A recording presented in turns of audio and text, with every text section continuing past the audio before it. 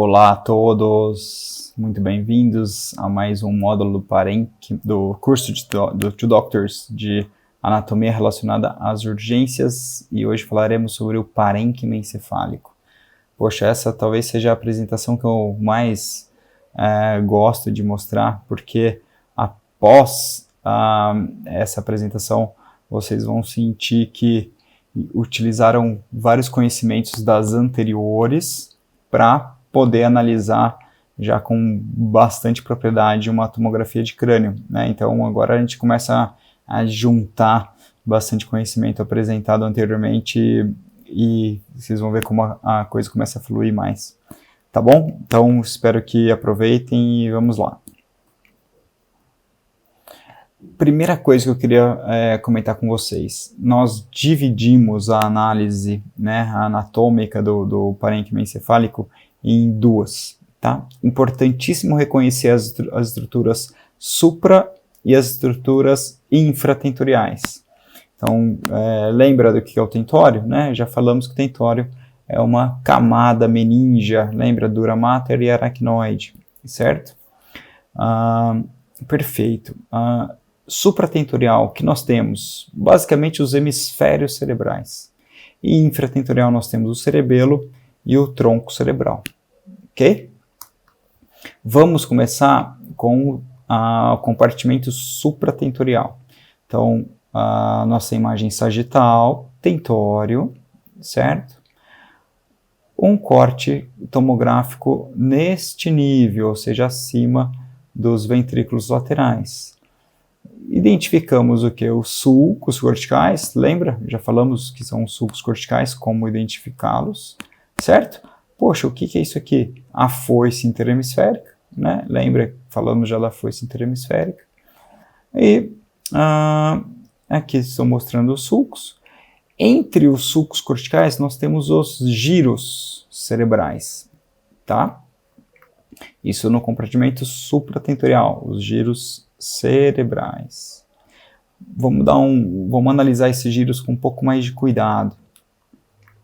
Se você lembrar lá da anatomia macroscópica, né, o parênquima cerebral ele tem o córtex, que é a sua camada mais externa, que é a substância cinzenta, certo? E a substância branca, que basicamente são feixes axionais. Tá? Então, o córtex, substância cinzenta, onde fica o corpo do neurônio, o núcleo do neurônio, e os axônios são que formam os tratos encefálicos, basicamente formam a substância branca, certo? Então, na tomografia, nós conseguimos perceber essa diferença entre o córtex, que é mais denso, discretamente mais denso, ou seja, mais brilhante do que a substância branca, que é um pouquinho mais escura. Repare, então, substância branca mais escura e o córtex um pouco mais denso, certo? Ó. Perfeito? Aqui nós já temos a primeira aplicação prática. Olha que importantíssimo que é reconhecer essa diferenciação entre córtex e substância branca, né? Na fase aguda do AVC, no AVC precoce, um dos primeiros sinais é a perda da diferenciação entre o córtex e a substância branca. Ambos vão ficar mais escuros, mais hipodensos, mas isso pode ser muito sutil, então você tem que analisar com muito cuidado essa diferenciação para ver se você consegue identificar algum local de perda dessa diferença, tá, de densidade. Nesse nosso paciente, você consegue identificar algum local onde perdeu a diferenciação entre o córtex e a substância branca? Olha com atenção todo o córtex, olha a substância branca embaixo do córtex e veja se consegue identificar. Nós temos aqui sim uma área de menor densidade, onde não é possível fazer a diferenciação entre o córtex e a substância branca. Repare desse lado E repare desse lado, um lado contralateral normal, certo? Então aqui eu deixei a janela mais escura, tá? Mais contrastada, melhor dizendo, desculpa, e para perceber essa redução da densidade, olha o córtex normal aqui, substância branca normal, e repare que aqui não é possível identificar com clareza o que é o córtex e o que é a substância branca. Então, isso é um sinal de AVC agudo, certo? Então, para vocês entenderem a importância dessa diferenciação, ok? Poxa, tá, lembra dessa imagem lá da primeira apresentação sobre osso, né, sobre calota craniana? Então tá, frontal, parietal, temporal, occipital, lembrou disso? Então agora imagina tirando aqui essa calota e vamos analisar a superfície cerebral embaixo da calota. Basicamente, os lobos cerebrais, eles têm os mesmos nomes da calota, do osso da calota que recobre.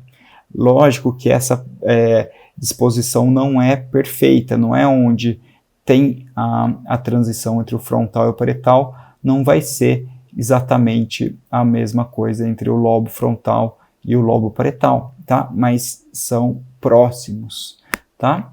Então, nós vamos ter lobo frontal na frente, né, na porção anterior do hemisfério cerebral. O que divide o frontal e o parietal é o sulco central, tá? Embaixo do frontal, embaixo do parietal, nós temos um sulco grande, o sulco mais evidente dos hemisférios cerebrais, que é o sulco lateral, ou a famosa fissura de Sylvius, tá? Ou fissura silviana. A fissura silviana é importantíssima porque ela vai separar o lobo temporal, que fica aqui embaixo, do frontal e do parietal, certo? Posteriormente, assim como nós temos o osso occipital, nós temos o lobo occipital. Perfeito? O lobo occipital nós vamos delinear aqui na superfície com uma linha imaginária aqui atrás. Depois eu vou mostrar os detalhes dessa anatomia. Agora vamos transferir isso aqui para a nossa tomografia.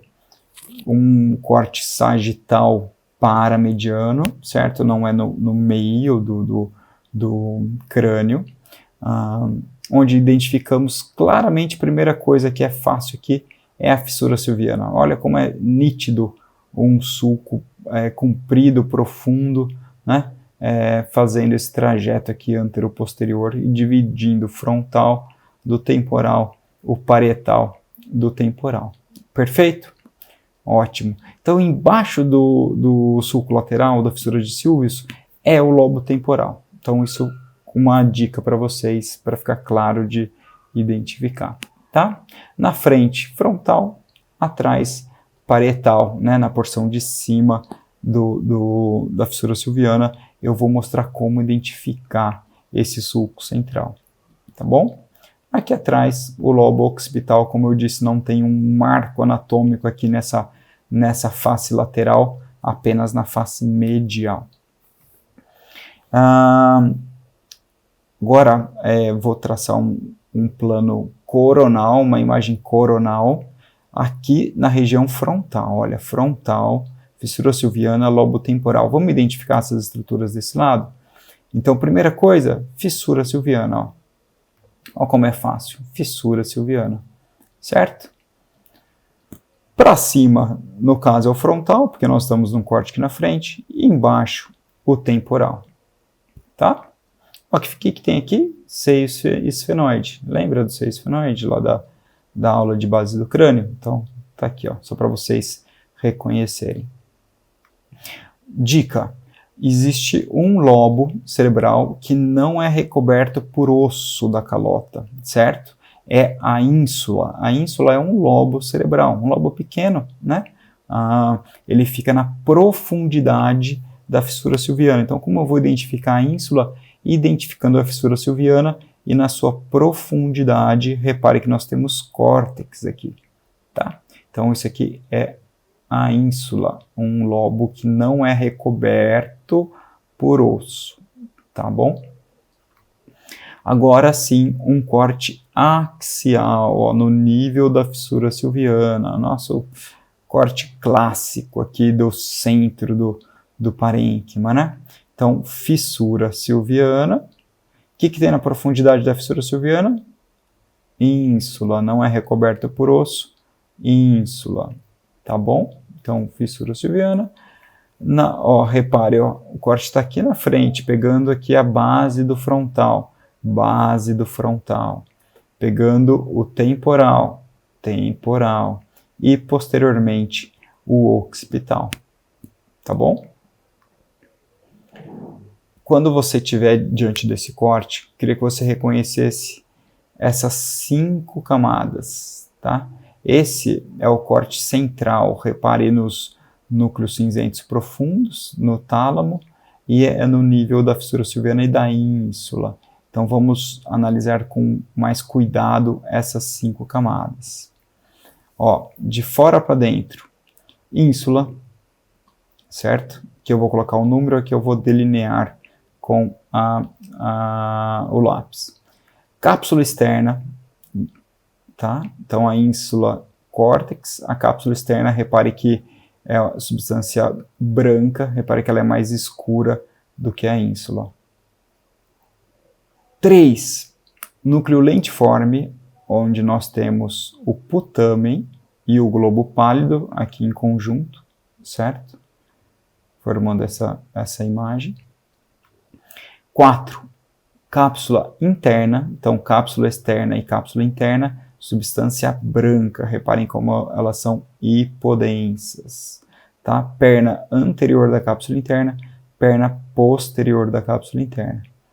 E a 5ª camada é o tálamo. Então, obrigatoriamente, em toda análise do crânio, nessa porção central, eu quero que vocês olhem de 1 a 5 e identifiquem essas 5 camadas. Perfeito? Ótimo. Além disso, vai ter mais 2 estruturas importantes, né? Vão ter mais 2 estruturas importantes, que são o corpo caloso. Então, dica do corpo caloso no plano axial, na frente e atrás dos ventrículos laterais. Então, corpo caloso. E por último, aqui a cabeça do núcleo caudado, ó, formando essa protuberância na porção anterior do ventrículo lateral, próximo ao corno anterior. Isso aqui é a cabeça do núcleo caudado. Então, eu gostaria que vocês identificassem sempre essas estruturas nessa imagem central supratentorial. Perfeito? Dica, aplicação prática 2. AVC, né? Novamente, AVC é uma situação muito comum, isquemia, situação mais prevalente dos pronto-socorros, né, de causas neurológicas, tá? Então, muito importante vocês saberem os sinais precoces, e aqui a anatomia é fundamental para isso. Poxa, tem sinais de AVC nesse paciente que tem déficit, tem disartria e déficit motor à direita? O que vocês acham? Vocês acham que essa região central está semelhante a essa? Poxa, aqui o tálamo, a cápsula interna, até parece semelhante, né? Mas o que vocês acham da ínsula e da cápsula externa e da borda lateral do núcleo lentiforme aqui à esquerda? Né? Comparem um lado com o outro. Veja se perdeu a diferenciação entre o córtex e a substância branca, entre substância cinzenta e substância branca. Perdeu? Estão todos semelhantes? Sim. Olha que sutileza, mas sim, nós temos uma perda da diferenciação entre a ínsula, a cápsula externa e a borda lateral do lentiforme, e aqui sim é um AVC hiperprecoce, né, bastante precoce, hiperagudo no território da cerebral média. Perfeito? Então lembrem-se dessas camadas e analisem todos os casos. Bom? Então aqui mostrando o AVC.